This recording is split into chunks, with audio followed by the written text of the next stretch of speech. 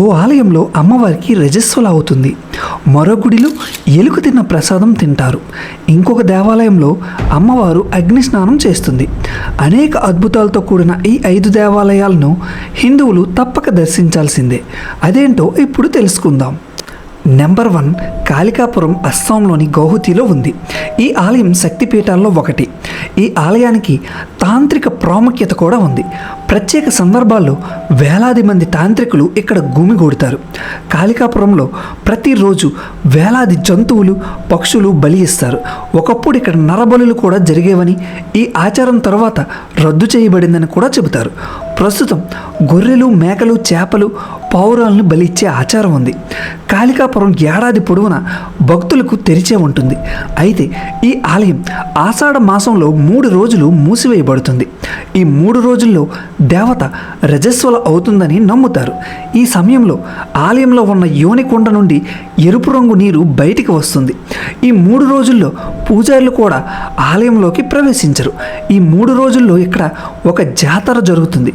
దీన్ని అంబుబాచి మేళ అని పిలుస్తారు. నెంబర్ 2, మన దేశంలో శనిదేవుని ఆలయాలు అనేకం ఉన్నాయి. వీటిలో అత్యంత ప్రసిద్ధి చెందినవి శనిసింగనాపూర్ ఆలయం. ఈ ఆలయం ప్రత్యేకత ఏంటంటే ఇక్కడ శనిదేవుని విగ్రహం లేదు, కానీ 5 అడుగుల ఎత్తు, 2 అడుగుల వెడల్పు గల రాతి పలక ఉంది. దీన్ని శనిదేవుడిగా పూజిస్తారు. ఈ ఆలయానికి సంబంధించిన మరో ప్రత్యేకత ఏంటంటే ఇక్కడ శనిదేవుని విగ్రహంపై ఎలాంటి పైకప్పు లేదు. ఈ విగ్రహం బహిరంగ ఆకాశంలో ఒక వేదికపై ఉంది. శని విగ్రహంపై పైకప్పు వేయడానికి ప్రయత్నించినా అది సాధ్యం కాలేదని చెబుతారు. అప్పటి నుంచి భక్తులు శనిదేవుణ్ణి ఈ రూపంలో పూజిస్తున్నారు. శనిదేవుని ఈ ఆలయం మహారాష్ట్రలోని అహ్మదానగర్లో సింగనాపూర్ గ్రామంలో ఉంది. ఈ గ్రామాన్ని శనిదేవుడే కాపాడతాడని చెబుతారు. ఈ గ్రామంలో ప్రజలు తమ ఇళ్లకు తాళాలు వేయరు.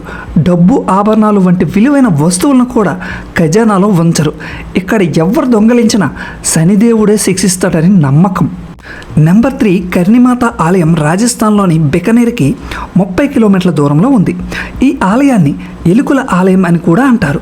ఈ ఆలయంలో 20,000కు పైగా ఎలుకలు నివసిస్తున్నాయంటే మీరు ఆశ్చర్యపోతారు. అందుకే దీన్ని ఎలుకల ఆలయం అని కూడా అంటారు. ప్రజలు వాటిని దేవతా భక్తులుగా భావిస్తారు.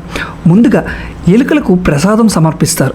ఈ ప్రసాదాన్ని ప్రజలు మరింత ప్రత్యేకమైనదిగా భావిస్తారు. ఎలుకలు తిన్న ప్రసాదం తిని ఇప్పటి వరకు ఎవ్వరూ అనారోగ్యానికి గురి కాకపోవడం విశేషం. ఇక్కడ వేలాది నల్ల ఎలుకలు ఉన్నాయి, కానీ తెల్ల ఎలుకల సంఖ్య చాలా తక్కువ. ఇవి చాలా అరుదుగా కనిపిస్తాయి. ఒక వ్యక్తి తెల్ల ఎలుకను చూసినట్లయితే దేవత అనుగ్రహం తనపై కురిసిందని, తన జీవితంలో సమస్యలు తొలగిపోతాయని అర్థం చేసుకోవాలని కూడా చెబుతారు.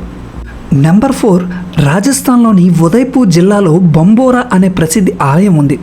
దాన్ని ఇడానా మాతా ఆలయం అని పిలుస్తారు. ఈ ఆలయం ప్రత్యేకత ఏంటంటే ఇక్కడ అకస్మాత్తుగా మంటలు చెలరేగుతాయి. దేవత తనంతటకు తానుగా ఇక్కడ అగ్ని స్నానం చేస్తుందని నమ్ముతారు. దేవత చేసే ఈ అద్భుతాన్ని చూసి అందరూ నమస్కరిస్తారు.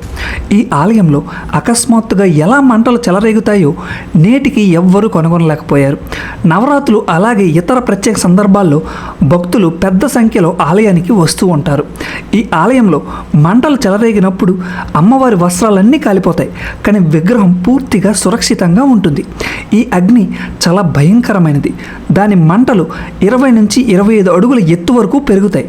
కానీ ఇప్పటికీ దేవత విగ్రహం యొక్క భద్రత ఒక రహస్యం.